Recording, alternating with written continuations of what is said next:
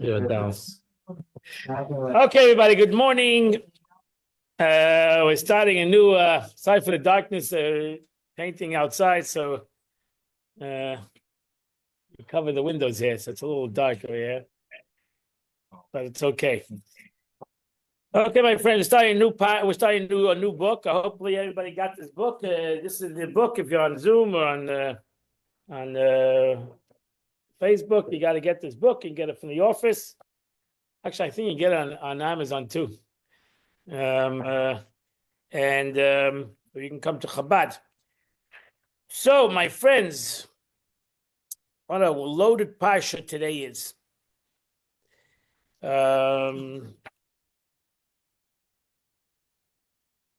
going to learn one rule in Rashi, number 3, page 3, I mean. This is a loaded question on the same thing on page number 3. Does being authentically righteous mean that at least try to do everything right? Or can authenticity be compartmentalized? Can I be authentically righteous when praying to God in the morning, despite knowing I'll cheat my clients in the afternoon? Good question. Leave your answer to yourself. Okay, well, we'll see what the Rebbe brings out over here. This is like truly a classical teaching of the Rebbe,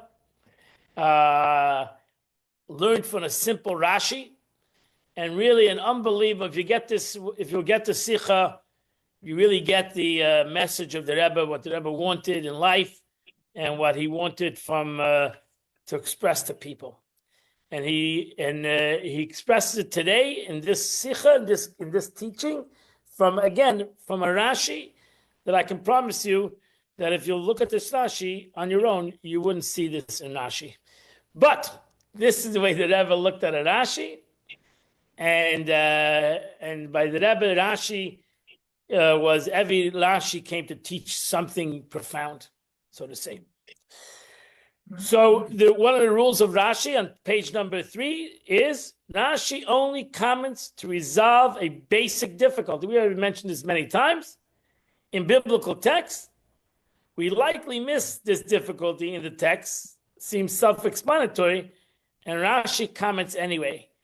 So even though we come to a pasuk in the Chumash, and it's seemingly to us, it's a simple meaning of the verse, I don't need to have much interpretation, comes Rashi for some reason and either reiterates it or says something in it, and therefore, if you are a learner, if you're a student of Rashi, then you need to know what Rashi wants to tell you. And since we're all 5-year-old children, especially to Rashi, so we all can be in this wonderful class. Okay, let's say the story. We're holding Parsha Shemini. Parsha Shemini, as I said, a very loaded Parsha in the beginning. It's a loaded Parsha at the end. It's the beginning. We're holding the dedication of the temple. We're holding actually not only the dedication of the temple, we're holding the dedication and the investments of Aaron and his sons to be the Kehanim Gedolim, to be the high priest in this beautiful Mishkan that was built in the desert. Jewish people put all their effort, all their time, all their excitement in the building of this Mishkan, and we're holding the day of dedication. Not the day of dedication, the day of dedication of Aaron and this Mishkan. We're holding Rosh Chodesh Nisan, the first day of the month of Nisan, when Aaron became the priest. In the Aaron and the sons, Aaron became the high priest, and the sons became the regular priest. So they're all together that day, 5 priests, Aaron and his 4 sons. They were the dedication. It was the first day of Nisan. Okay, so it was also, besides the dedication of Aaron, it was also started the 12 tribes. Each one gave a whole sacrifice to the dedication of the Mishkan. Every day, the first day was the tribe of Yehuda, Nachshon ben Aminadab. He was the first of that tribe, and it was a Chodesh. It was a busy day. It was a Chodesh Nisan. It was a special day. It was the new month of Nisan. It was the dedication of the temple. It was the dedication of Aaron. It was a busy day. And we have a tragedy, the culmination of a tragedy, terrible tragedy. The tragedy of the death of the two sons of Aaron. In their excitement, in their devotion, they decided to do something extra, and which is to make a ketores, to do an incense offering, which that's a separate issue. The whole incense offering, it's a whole separate issue, and the power of an incense. So the Gemara says actually that there was one. The incense offering was done every day by a different kohen, and it was a great honor to do this incense offering. And they decided to do this. It was not part of the service. And a fire came out from God, consumed their souls. Tragedy on the same day of celebration. Such a tragedy that Aaron and his two sons are like, they are, Aaron is totally out of words. He doesn't know what to do. He doesn't know what to say. And he's just following what Moshe Rabbeinu tells him to do. And Moshe Rabbeinu tells him to continue the day. That was his message. Continue the day. That's it. The expression of Torah, Moshe Rabbeinu says to his brother, the Jewish nation will cry the passing of these two boys. You got to continue the day. Today is a special day. Today is inauguration. You cannot stop the party. You can't stop the celebration. And you'll have to figure out when to mourn this, you personally to mourn this situation. Right? You can, in halacha, we see that if a person dies, for example, God forbid, a person passes away on Yontiv, they start the Shiva after Yontiv. You can't stop the Yontiv for your Shiva. You can't stop the Yontiv. You got to go on. You have to wait till after Yontiv, and then you sit down to your Shiva. That's an halacha. So there's a concept that's not such an unheard of side of the situation. This was even more self-understood. They weren't allowed to leave the temple. It was much more restrictive kind of situation. And they couldn't even go to a funeral. You could go to a funeral on Chol Hamoed, but they couldn't go, and they had to stay in the Beis Hamikdash, etc. So this was a restrictive situation. And Moshe Rabbeinu tells Aaron he must continue with the service. He must do exactly everything like normal. And he leaves. He leaves. But I'm sorry, don't leave too far. He comes back, and he realizes that they have done something different. This was today's chitas. They've done something different. What did they do different? What did they do? They didn't follow directions. Right, a second time didn't follow. That's why Moshe Rabbeinu gets frustrated, because the two sons of Aaron didn't follow directions, and they died. Well, I tell you to do something, and you miss following directions. And I told you to eat everything, all the sacrifices. And for some reason, Aaron and his brothers and his sons decided to take the sacrifice of Rosh Chodesh, the Rosh Chodesh sacrifice that they brought, and not eat it and burn it. And Moshe Rabbeinu is angry, and he says, "Why didn't you listen to me? I told you to eat it. You didn't eat it. This is a terrible thing." And Aaron comes back, and Aaron says, Aaron challenges Moshe Rabbeinu and tells him that he doesn't believe that God would want him to eat the sacrifice, because this was a continual sacrifice every Rosh Chodesh. So he felt that this sacrifice, because he was an Avel, he was an Oinen, really, he was a person that was a day of mourning, he shouldn't have eaten the sacrifice. Right? Remember, if you learned the Chumash today, this is the story. The beautiful ending of the reading is, Vayishma Moshe Rabbeinu hears his brother's argument, Vayita be'einav, and he's pleased. He's pleased with the argument. He hears the argument of his brother. He's pleased with the argument. That's how the verse ends. I just said to you text 4, text 5, and text 6. Okay, so let's end off with that. Vayishma Moshe vayitav be'einav. And Moshe heard this. He heard Aaron's response. Vayita be'einav, and it was pleasing to him. That's the pasuk, right? That's the story. Basically, from the from chapter. It started off on chapter 10, verse 13, and we're holding on chapter 10, verse 20. And that's where actually the Chumash of today, the Chitas of today ends. Vayishma Moshe, Vayita Be'einav. Moshe heard, and he was satisfied. He was happy. Didn't there have another sentence after that? But he did not hear? No. There was another sentence. No. Rabbi, wasn't it a sin offering? Really, It was a sin offering. It was a sin offering of Rosh Chodesh. That was it. But there was three sin offerings offered that day. The sin offering of the investor, of the being invested into the Beis Hamikdash. There was a sin offering of Nachshon ben Nadav, the leader of the month that day, the leader of the day, the head of the tribe of Yehuda, and this sin offering. So the first two they ate, the third they burnt, and he was said, you should have eaten all three. And why did you burn the third one? And Rabbi Yehuda and Aaron responded, the first two we ate because you told us to eat it, even though we are mourners, because that was for that day. It was a command for that day. But the third one was a command for months and months, forever to come. And therefore, the law is that you don't eat this if you're an oinen, if you're a mourner. And therefore, we didn't eat it, we burned it. And that was his response. He said, you didn't, in essence, you didn't hear this correctly. You didn't hear it. You made a mistake. Rashi says, "When Yedaber that Aaron speaks harsh to him, comes back harshly." Whatever. And Rabbi Bucket, can you let me in? I can't. No one's opening the door. Okay, I'll open the door. So that's the story. That's the story. We're going in the last verse. Vayishma Moshe Vayita Be'einav.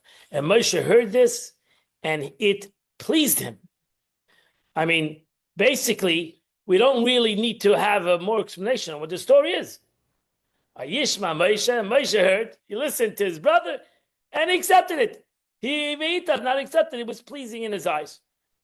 So it's a simple thing. It's a simple story.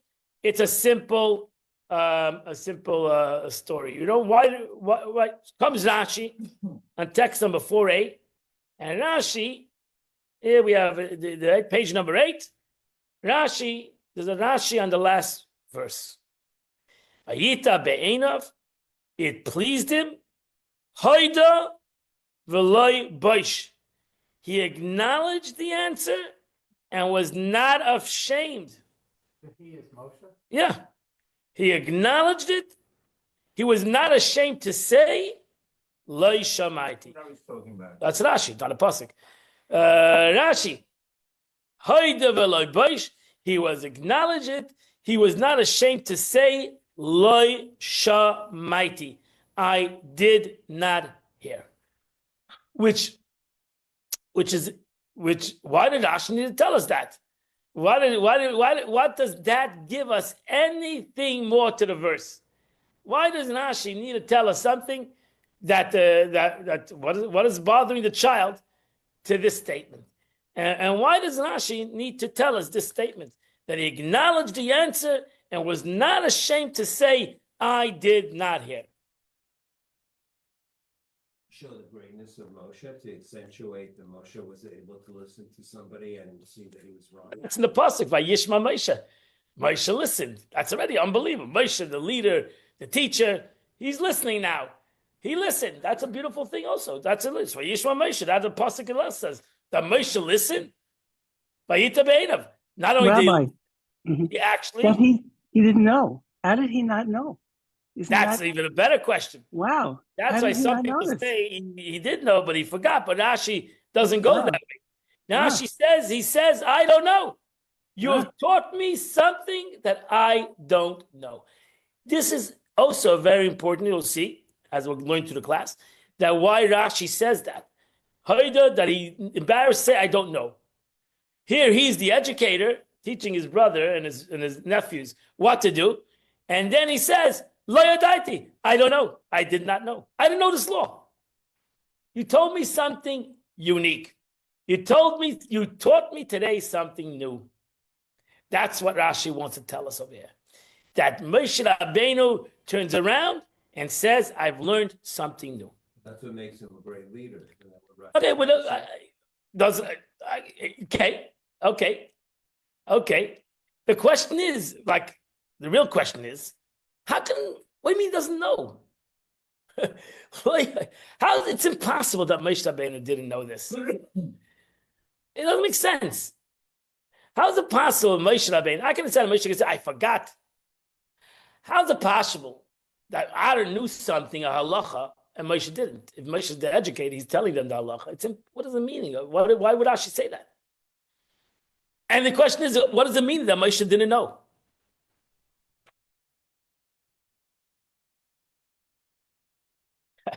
How is it possible for a student to know something that the teacher didn't know?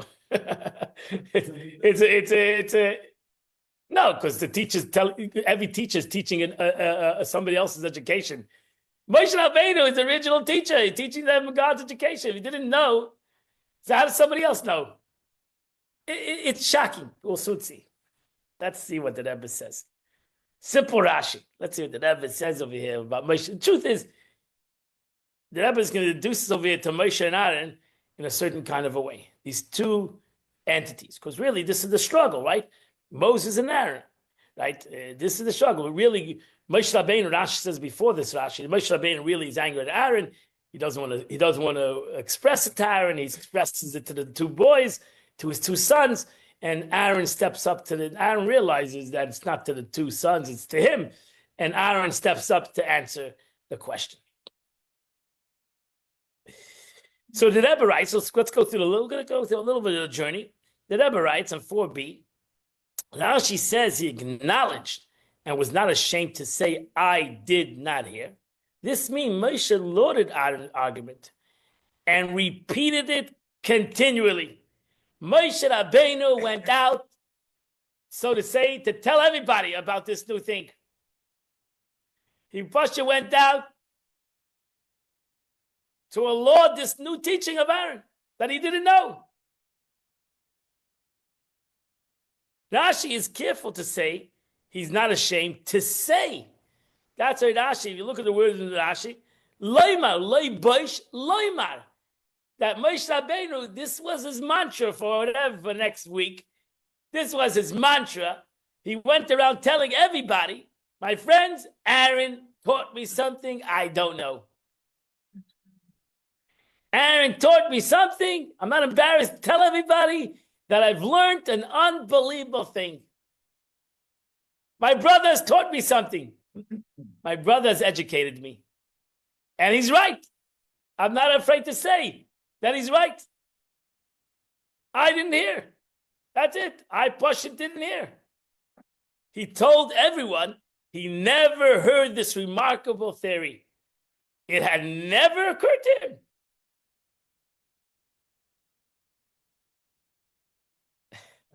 Anyone who doesn't understand the remarkable theory. Also, see, I don't know if you understand right now.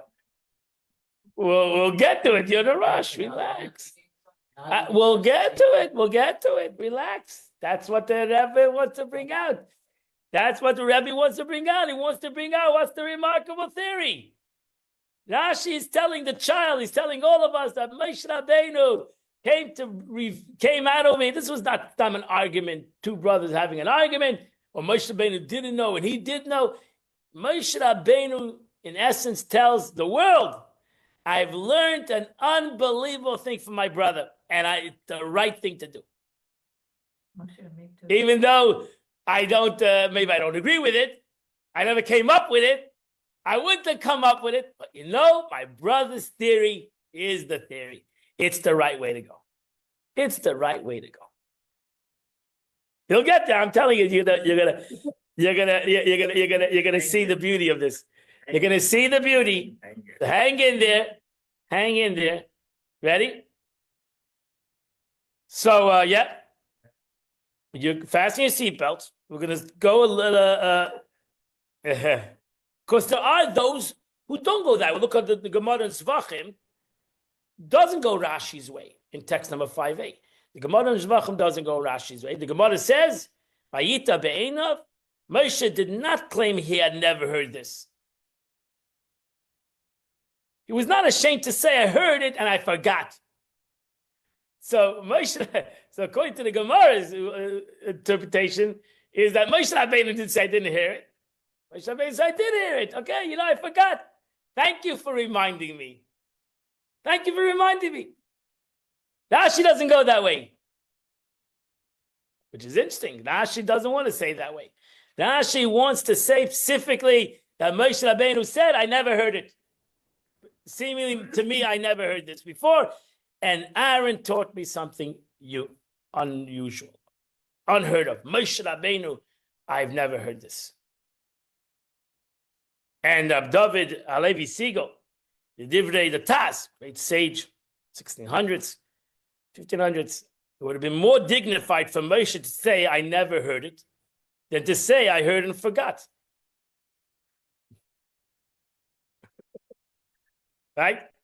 This is because admitting, not knowing, is commendable to Torah scholars.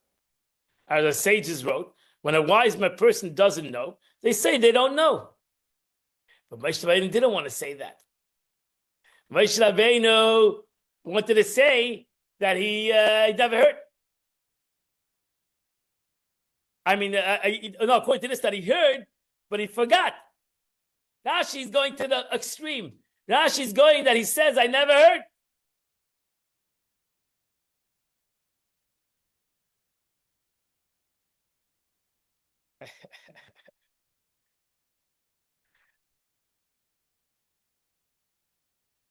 So what is the story behind the story? That's really what the Rebbe is going to get to. The story behind the story. What is the real argument between Moshe and Aaron? What is the true argument in their argument? So have you learned Chassidus before? I'm sure. Have you learned Chassidus before? So in Chassidus, just like you have Abraham, Isaac, and Jacob's Chesed, Gvur, and Tiferes, what's the difference between Moshe and Aaron? Two brothers. It's two brothers. So there's a pasuk that expresses it. Chesed ve'emes nifgoshu. The verse says, kindness and truth meet each other. There are times when kindness and truth meet each other. Kindness and truth are two opposites. Usually they're opposites, right? If your spouse is fat, the truth is, if you're going to say the truth, you might get a pot over your head. So therefore, you better be kind and say she's beautiful, right? But it might not be the truth. Assuming though that one is the wife. No, the man, whatever. Okay, I knew somebody's going to attack me that way. Okay, whatever. Either way. They say, what's the difference between an American and an Englishman to a wife? You say you're $1 million. That's beautiful. If your Englishman would sell to his wife, you're £1 million, that would be an insult. That's not such a good expression. Okay, so. Except they're in kilograms. MS is truth, right? Truth. You got to say the truth, even though it's the Gemara says, "Kala." How are you supposed to sing for a kala? Kala nova chasuda. A kala is beautiful. Beis Shammai says, "What happens if she's not beautiful? How can you say a lie? She's not beautiful." So what are you going to say? That the kala is beautiful? She's not. So what do? So Hillel says it's not a lie. The beauty is in the eyes of the beholder. So you're not marrying her. So she's beautiful to her husband. So she might not be beautiful, but she's beautiful to him. And you can still say that she's beautiful. But the truth is, if the emes is the emes. If it's true, it can't always be kind. Right? Truth is the truth. Kindness is where you hide the truth. Adam the Gemara says a person loves himself, therefore all his negatives don't bother him. Other people's negatives bother him, but his own negatives don't bother. Why? Because he loves himself. He chesed. He has unbelievable kindness to himself. And this unbelievable kindness hides everything, hides all blemishes. You see that in the concept of a relationship of children and even the spouses. Yeah, if you have a love to somebody, you don't see the blemish. But the blemish might be actually a good thing. By somebody else, it might be a negative. So the verse says, "Chesed ve'emes nifgashu," that kindness and truth come together. Tzedek v'shalom neshaku, and righteousness and peace have kissed. How do you bring these two? Also, the concept of righteousness and peace is not always go hand in hand. They don't always work. The pasuk, according to many commentators, talking about Moshe and Aaron. They came together and they kissed each other. Right? After all the stories of the brothers' strife, from Cain and Hevel to Yaakov and Esav, to Yishmael and Yitzchak, to Avram and his family, always strife in the family. To the brothers, there's strife. Comes two brothers, Moshe and Aaron. They're opposites. They come together and kiss each other. That's an amazing event.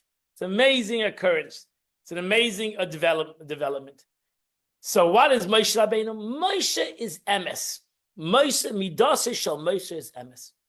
Moshe emes, the Torah say emes. That's what the verse says. Moshe is truth, and his Torah is truth. So Moshe is the attribute of truth. That's what you see in Moshe Rabbeinu. When he goes out, the first three things the Torah talks about him is the emes, right? The Egyptian fighting with the Jew, sticks up for the truth. Two Jews fighting with each other, he sticks up for what is true.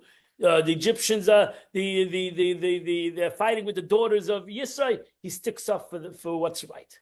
That's Moshe Rabbeinu from the beginning, and that's why Moshe emes v'terasem, and that's why the Torah was given with emes. Moshe is truth. Whatever he learned, whatever he was told, he gave over. He gave over, and there was no bending situation by Moshe Rabbeinu. He had the truth, he followed the truth, and he kept the truth.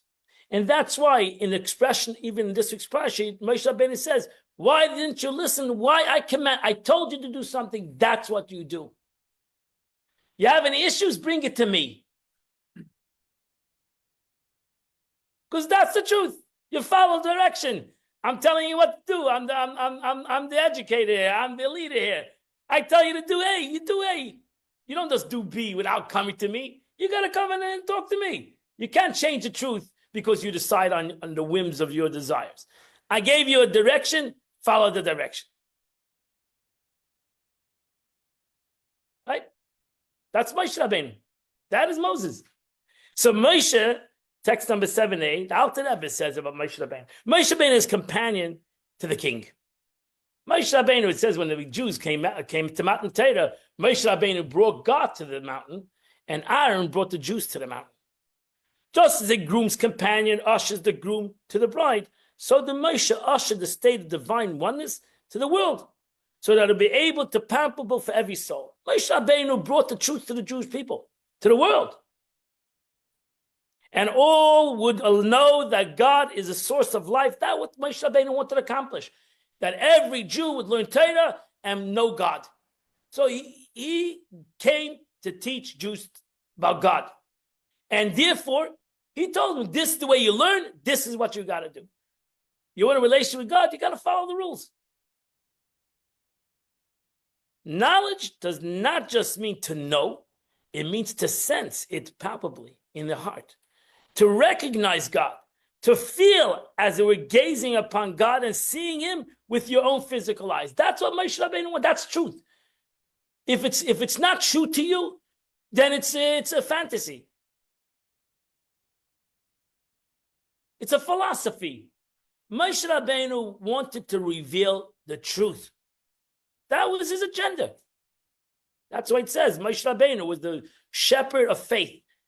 He simply internalized, crystallized, I don't want to a fancy word you want to use, the concept of faith by a Jew. That he pushed it, His emunas in the Eibishter simply means his faith in God became a reality to him. It was not just a philosophy. As I said, explain to you that the concept, you learn Chassidus, you'll learn that there's a concept of belief in your brain, there's a concept in your heart, and there's a concept of living by the faith. Living by it. That's what the Torah wanted. Not a person should just believe in his brain or should just only believe in his heart. He should live his belief. And that's what Moshe Rabbeinu came, by revealing the Torah to the Jewish nation, that they'll be able to live with emes. What's the expression? You cannot handle the truth. The Torah came that you could handle the truth. You could handle it. Do the truth, handle the truth, realize the truth, imagine the truth, believe in the truth, whatever word you want to use, that's what Moshe Rabbeinu came to bring to the Jewish people. And that's why it says, Moshe emes v'torasem. Why did Moshe Rabbeinu have that capability? Because he was truth. When you saw Moshe Rabbeinu, you saw truth. You couldn't deny the truth. Couldn't deny it. Well, if you see a tzaddik, if you have a merit to see a tzaddik, you'll know what that means. You see the truth. It's hard to deny the truth in front of the truth. That's what the Rambam writes, that Moshe Rabbeinu was trusted by everybody. Whether they liked him or didn't like him, those Jews, some Jews struggled with him, as we know. But it doesn't make a difference. They all knew who Moshe Rabbeinu was. It was not, nobody had a question, was he Moshe Rabbeinu? Did he receive the Torah? Did he give the Torah? No, there was no question by all the Jews, which is unusual. That's why he got the title, Moshe Rabbeinu. He got that title by all Jews as Moshe, our teacher, because he was received by all Jews. Was he considered not kind? What? Was he considered? No, nothing with kindness over here. No, he was very kind. But Moshe Rabbeinu was truth. Okay, we'll soon get to, he was very kind. You know, Moshe Rabbeinu gave his life up for the Jews, and he put his life on the line for the Jews. Even though in the truth, he stuck up for the Jews many, many times, and he was ready to say, get me out of the book for the sake of the Jews, even sinners. Doesn't change that concept. But the truth is the truth. And therefore, Moshe Rabbeinu stuck up for the Jews, and then he right by the Egel, he stuck up for the Jews, and then he gathered his tribe and said, go kill 3,000. Because the truth is the truth. Some people, there has to be a response. Because that's the truth. You can't run away from the truth. We can massage it, we can beg for it, we can beg but the truth is the truth. Can't run away from the truth. And that was Moshe Rabbeinu. And I think that the Jewish people, in general, as a nation, accepted the truth because they realized that Moshe Rabbeinu was emes. Moshe Rabbeinu was a truthful person. He was not a politician. He was not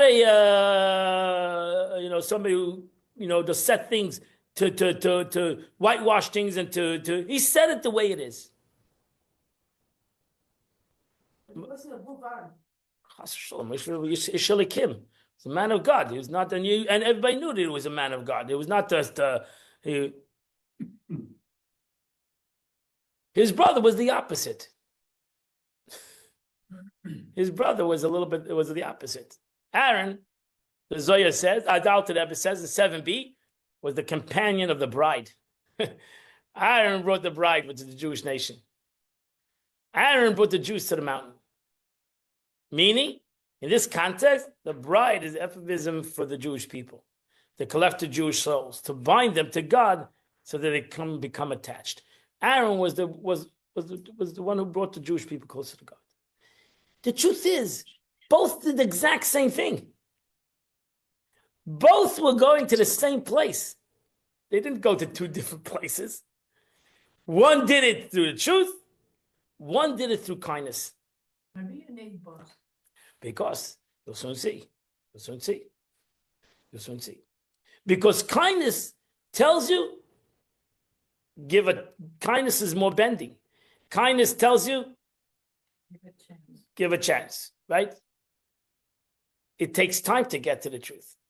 Or maybe that's the truth that they have right now. It might not be the truth of God, but it's their truth. And you got to listen to the truth of the people. You got to let things grow. You got to let things develop. And that was Aaron.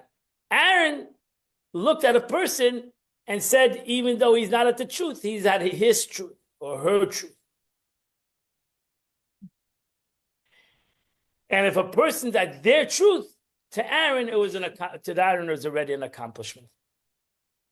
Rabbi, Yeah. so we're talking about then the midot of Tiferet, which is truth and compassion, because compassion is merciful. Compassion is different than just kindness. We're not Is that talking what about you're that. saying? We're not talking about that. Compassion. That's different. That's another step. We're talking No? about chesed and emes. The concept of chesed and emes. That's what we're talking right now. Okay. I know the rachman. That's a third entity. Which the truth is, mercy is also midas emes, but that's a whole different level in the concept of midas emes. Thank you. So, because Yaakov is also midas emes, and Yaakov is the concept of mercy. So that's another concept within this aspect. We're not going to get to that right now, okay? Thank you. The Rebbe is more dealing with the concept of emes and chesed. Look how the Rebbe explains in text number 8. Amongst the distinction between truth and kindness, truth is unchanging. It's always the same regardless of time, place, and circumstance. Truth. That's the truth. That's why emes, the word emes itself has aleph, mem, saf, which is the first letter in the Hebrew alphabet, the last letter in the Hebrew alphabet, and the middle letter, because it goes through. Truth is true. It doesn't change. Truth does not change. If it changes, it's not true. So truth is unchanging. Kindness, however, is about helping others. It is about change. This requires careful consideration of each recipient, circumstance, and disposition. So to be kind is maybe to be is not to be truthful. Mm. Not exactly truthful. Each and every individual is truth. They're not all alike. Moreover, the kindness a giver might want to bestow might not be the kindness to the recipient. Right? So some people, that's why you have to know what kind of kindness you're giving. Because if you're giving your kindness and you're not, the recipient is not involved, then it's not kindness. So kindness, true kindness is not about the person that's giving, it's about the person that's receiving.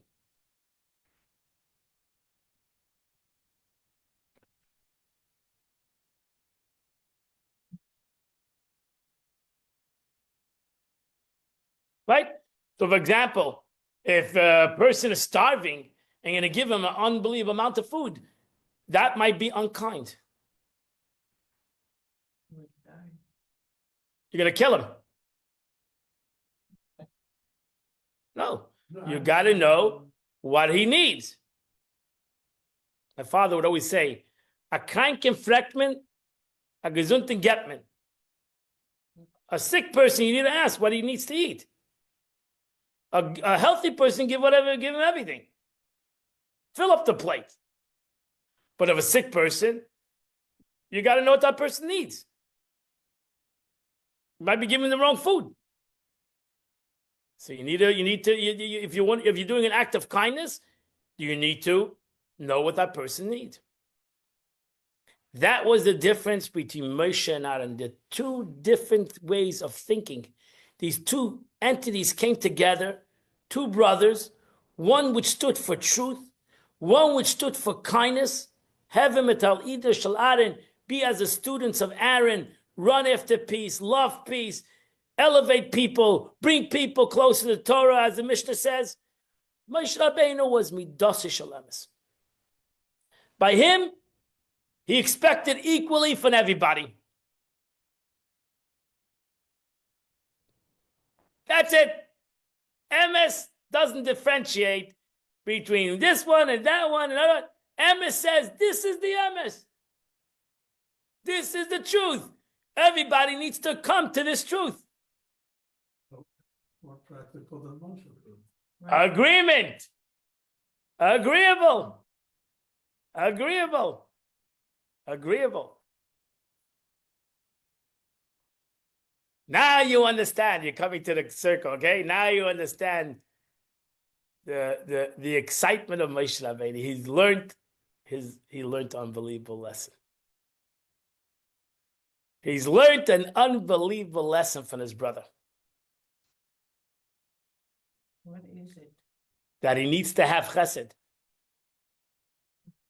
That it's more about chesed, especially when it comes to others, than about emes. That's nice. That was Moshe. Moshe Rabbeinu, Hoide v'lo Moshe Lamer. That's why the Rashi says he was not embarrassed to even announce it. This is the right way to do it. Even though I stand for emes, but not always do I have to say the emes. Not always do I have to. I got to know how to package the emes. I got to know how to package the emes. I got to know how to explain the emes. I got to know how to express the emes, the truth. I got to package it to chesed, because everybody needs to be different. I hope so. So look at text number 9. Moshe Rabbeinu, Moses, the man of truth, was predisposed to thinking that all time frames and circumstances must be treated equally in cases of doubt. So when it came to this story, Moshe Rabbeinu also said, there's a doubt what to do. You follow the rules. Don't change anything. Eat. I told you to eat everything. Aaron says to him, wait a second. That's not true. You cannot say that there's a rule that goes for every time. You can't say there's a rule that goes for everybody. Just like in this sacrifice, you're telling me that's the rule. Oh, that's the rule, but it doesn't go for everything. You can't say it's a rule for everything, because that is not fair for the recipient. That is not fair on me. You're not thinking about me.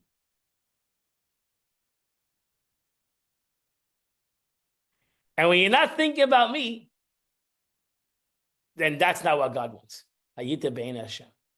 Even if it's the truth. Even if it's the truth, that's not what the Eibishter wants. Because the Eibishter wants that every person should grow to their capacity. That's a very big lesson that Aaron teaches Moshe. Thank you very much. It is. It's an unbelievable lesson.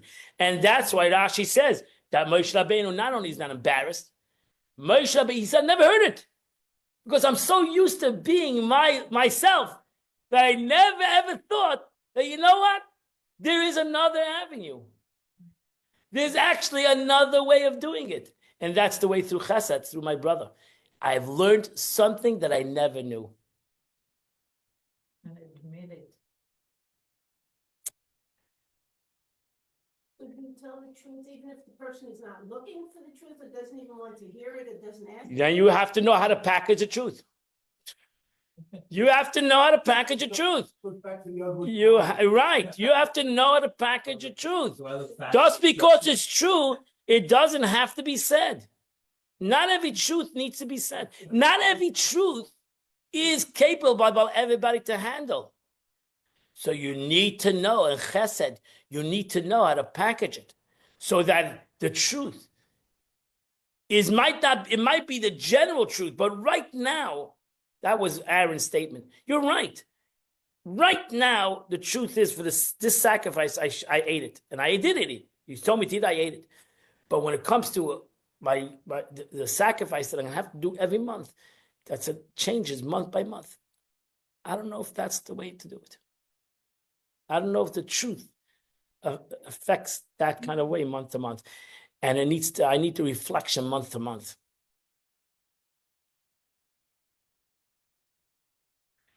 So therefore, in our case, he saw no difference between a temporary inaugural and a permanent regular offering. By Moshe Rabbeinu, what's the difference?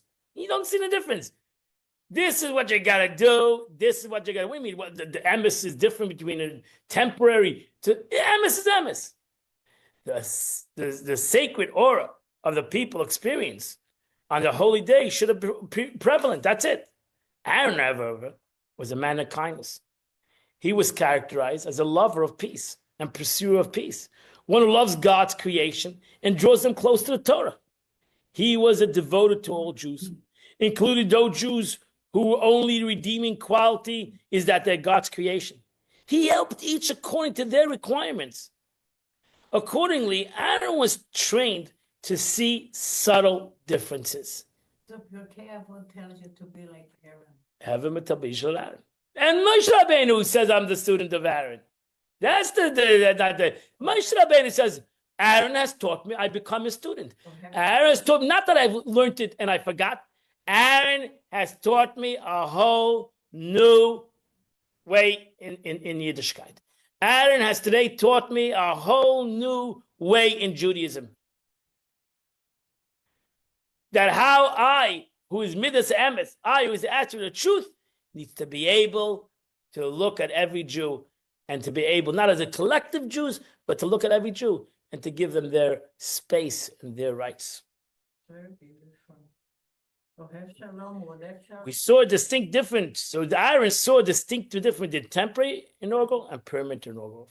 We can't expect the recipient who needs our kindness, those who need to be drawn close to God through sacred offerings, always to maintain the same intense passion for holiness that they enjoy on that day. Therefore, Aaron in essence says, a Jew that puts on tefillin that might be later on is going to go eat treif, that's fine. That's fine. Sure, you shouldn't eat treif, but that doesn't take it away. The tefillin, the putting on the tefillin doesn't change any. The eating treif doesn't change the putting on the tefillin. Sure. And that is his emes. Moshe Rabbeinu wants that the truth should be every time, and either you're truth or you're out. Either you're in or you're out. Because that's the truth. If you're out of the truth, you're out of the truth. But Aaron comes and says, no, there's a truth of every person. And let me finish my thought. Every person has their truths. They have their moments of truth. And they have moments of falsity. That's the way it is. And you have to look at every individual. And maybe if you enhance the truth of that moment, maybe they'll come to greater truths. But if you're going to tell them either or, you'll never get them to do anything. Even though you're right. Even though you're right. That is the truth. It's not you're not thinking about the Jews. You're thinking about God only. You're not thinking about the Jews. Just have a question about that. I understood that, or word that you could not say the truth when it comes to Shalom, but are you Right. saying that you could not say the truth because the truth is uncommon? Like, are there other conditions? Again, there's a truth of a person. You have to know that person's truth. You got to know what the person is ready for at that time. You got to know his truth. You got to know where the person stands, where he holds, where his comfort, what his situation is, before you tell him the truth. Truth. No, you have to tell again. If you know the person's situation, then you tell him this. Like for example, that ever always say, get a person to stop smoking on Shabbos. Right? Teach him to stop. He doesn't have to smoke just because he's not keeping Shabbos. Doesn't mean that he does not smoke. Tell a person you can't stop eating all non-kosher. Stop eating some non-kosher. Right? Stop eating pig. I don't know. Stop eating. Tell him either kosher, not kosher. He's not ready for that truth. You're not talking about lying. You're talking about. It's not lying. It's a person can handle. It's not for shalom. This is for the person, not the concept of shalom over here. This is the concept of what the person is holding, and where he's capable of going. You cannot tell him, you're not capable of going. You are capable of doing it. No, I'm not capable of doing it. So you can't tell. You go to a Jew and tell him, become frum. He's not capable of doing that. So you have to tell him, okay, so be a little frummer. That's it. You don't have to become frum. You can start a little bit. Put on tefillin every day. What's going to kill you? You're going to put on tefillin. What's going to hurt you if you're going to learn once a day? What's going to hurt you if you're going to do less non-kosher? You'll do a little bit less non-kosher. So if you're the rabbi of the synagogue, question for discussion. Or somebody comes to you in the morning and puts on tefillin, and you know that in the afternoon he's going to. So you tell him, you hope that I hope the tefillin inspires you to do the right thing. Even though you know. Even if I know, it's not my business. I'm not God's jury and judge. If you'll ask me, I'll tell him not to. If you'll ask me if you should steal from somebody, I'll tell him don't steal from anybody. But I know a lot of people come to put on tefillin and then they go eat non-kosher. I know that. So what? I'm inspired. I inspire them. I hope they're inspired to putting on the tefillin. Because that's what they're ready for. That involves the person. This involves another person. I know. It involves me. Involves another person. What do you mean? Okay, so then call up that other person and say, please don't get involved with this guy. He gave that example. I don't know why he gave that. It's not a. Don't put the examples in stone. I would give the example, guys. That's when the Rebbe Lubavitch Rebbe came out with going down the streets and putting on people tefillin, right? So they stop with. I'm sure if you have a Manhattan, they would stop you with a van. They would ask you to put on tefillin. And then when the Rebbe did that, there were a lot of Jews and a lot of religious says, wait a minute, they're walking to McDonald's. And right after they put them on tefillin, they're heading to McDonald's. And they're going to buy a McBurger. So, no, Except in Jerusalem. so maybe that will inspire them to buy the coffee and not the burger. But we know they're going to eat non-kosher. So why are you doing that? What are you gaining? What are you gaining if you know they're going to eat non-kosher? And the point was, the Rebbe says, what's one thing to do with the other? What does the putting on tefillin have to do with the kosher, eating kosher? Nothing to do one with the other. And that was with Moshe Rabbeinu. Yes, Moshe Rabbeinu's emes. What's going on over here? How can you put on tefillin and eat non-kosher? It doesn't make sense. And Aaron said, no. Every person, you have to look at every individual. And this individual, if you can get him put on tefillin, you've accomplished something. And that's an accomplishment. Is it the ultimate accomplishment? No. I think Aaron would agree. That's not the ultimate. But it's a journey. It's the journey of the truth.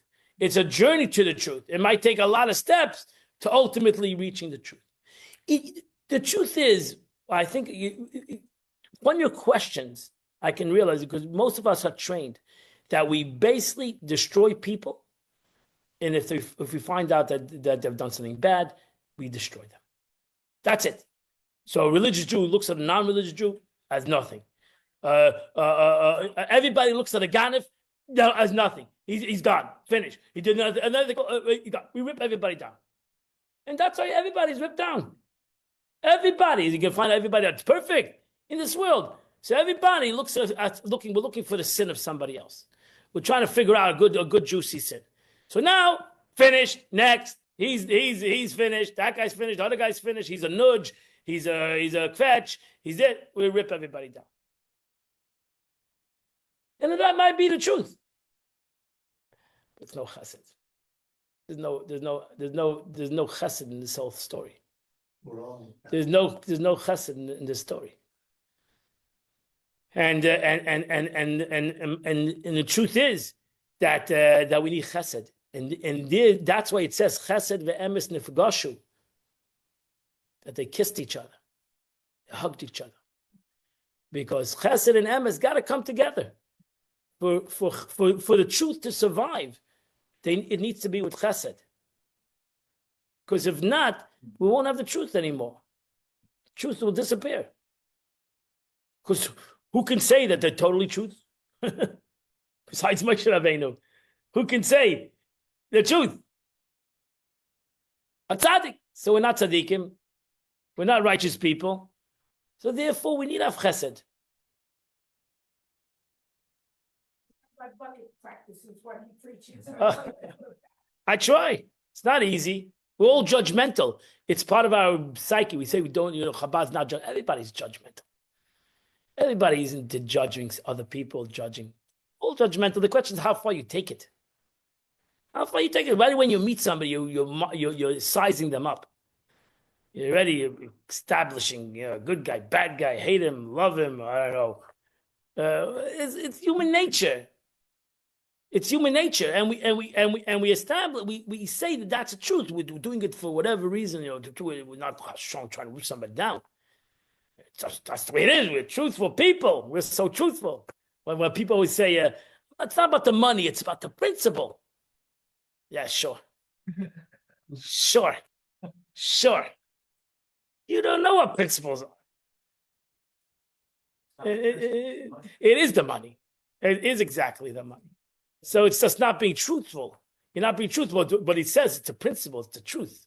It's not true. It's your truth.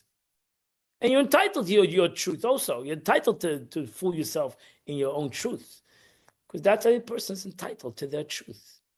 You cannot uplift another person by putting him down and saying you're not truthful. So it wouldn't be a gut response. Oh, yeah, sure. Yeah, sure, you're such a principled guy, but you know what I mean? You have to obviously it all. But really, it's not the principle. If it was the principle, you would do things differently. So Aaron is kindness, text number 10, and Moshe is truth.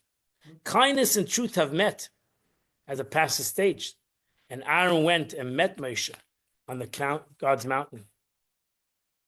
And that's what happened. Aaron comes to Moshe Rabbeinu, and Aaron tells Moshe, you got the truth. Nobody's arguing with you. You're the guy. You're the man. You're the truth. But I care about the people. So Aaron he's the shades of gray in the world of black and white of Moses. Correct. Aaron, and that's why, that's the beauty of Rashi. Rashi comes to tell the child that you have to, even Moshe Rabbeinu says, I've learned something new. Aaron, not that I've learned it and I forgot it. Aaron has now brought me to a whole different level. And that's why he says, Leimer, that Moshe Rabbeinu goes out to proclaim this. Not like there's a private conversation that stays within Moshe. No, he goes Leimer, he tells everybody. He becomes the spokesman. He says, listen, my friends, Aaron is the way. Aaron, my brother, taught me a whole new way in looking at people and bringing the Eibishter to people and bringing people to God. And that is through understanding every individual. And that is to realizing that not everything is equal, and not every situation is equal, and not every person is equal, but every person is different. And therefore, you need to bring the truth to every single individual, to their situation. So therefore, the Rebbe Adin Steinsaltz writes in text number 11, we're going to finish this class, everything that exists has some truth. And this point of truth is its essence. Truth is like a chain that reaches from the highest of high to the lowest of low, from the top to the bottom. It permeates and is the inner dimension of each level along the spectrum. There are no limits to the types of things that can be true. From the highest point in existence to the lowest, each point, wherever it might be, has a point of truth. In your journey of this chain of life, I'm sure there's truth in your journey. As you journey in Yiddishkeit or in life in general, at the level, the day you're on the situation you're on, you're hopefully living your truth. Well, the people mourn for Aaron. Right. That's more right. than for Moses. Correct. Is that a lesson that kindness prevails over Correct. truth? Correct. It does. It does. It does. It does. And therefore, again, the beauty of this sikha is that Moshe Rabbeinu is the one who says that's the way it needs to be done. Moshe Rabbeinu, who's emes, says, not it's something that I've learned and I've forgotten, it's something I've never learned before. Aaron has taught me a unique, unbelievable lesson in life that's changed the way I will live. But we all have to learn. I will live. Rabbi, page 9 says, I heard it and forgot. No, that's what the Gemara says, but Rashi does not say that. Ah, thank you. I needed to ask you that.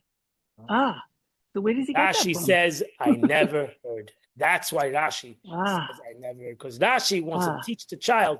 And Moshe Rabbeinu says, this is something unique I've never, ever heard. That's the man of humility. That's humility. It's truth. You never heard it. He thought that's the way it has to be done. Comes Right. Aaron and taught his brother. You might Beautiful. not be totally true. Beautiful. Thank you. You're so right much. when it comes to God. You're not right when it comes to humans. And therefore, you need to give the Torah to humans, and you got to go to their truths. Ah, nice. Develop their truths. Beautiful. God bless you all. Beautiful. As I said, this is a classical teaching of the Rebbe. That's the way he lived his life. That's what he wanted his teaching should be. That's the way he uplifted the whole world. And that's the way he looked at a simple Rashi. I wish you all a wonderful and beautiful day. Amazing class. Thank you. Thank you.